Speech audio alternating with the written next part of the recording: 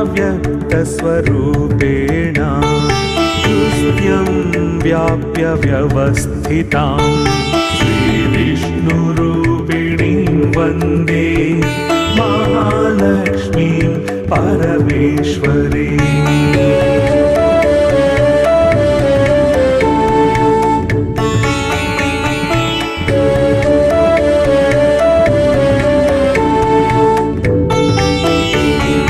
भक्तानन्दप्रदां पूर्णां पूर्णकामकरीं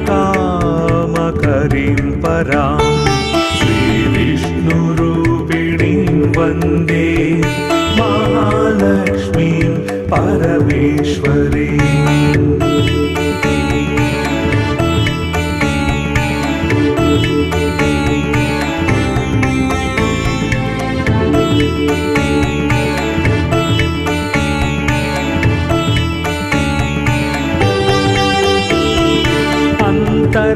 अन्तर्याम्यात्मना विश्वम् आपूर्य हृदि संस्थितां श्रीविष्णुरूपिणीं वन्दे महालक्ष्मीं परमेश्वरीम्।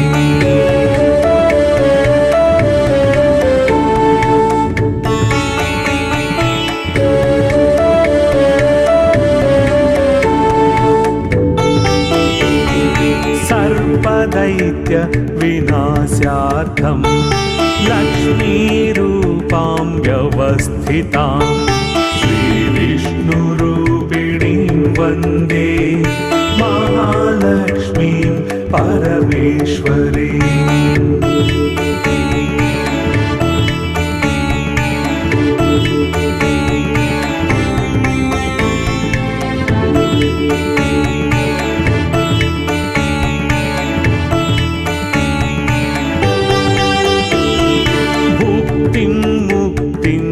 या दातुं संस्थितां करवीरके श्रीविष्णुरूपिणीं वन्दे महालक्ष्मीं परमेश्वरीम्।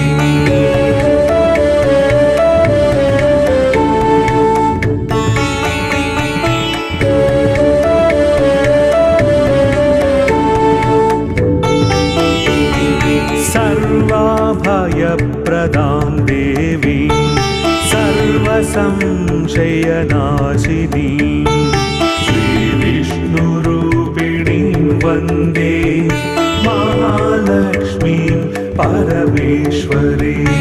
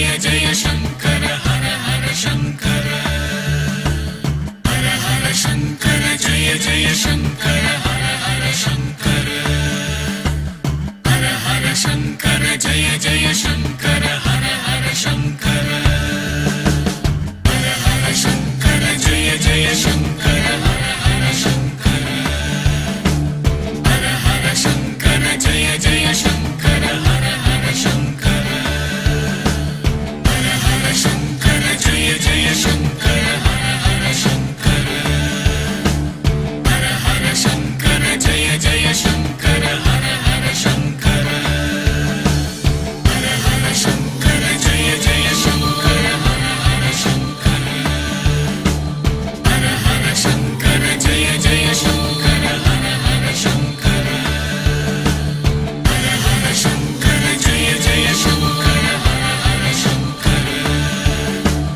हर हर शङ्कर जय जय शङ्कर हर हर शङ्कर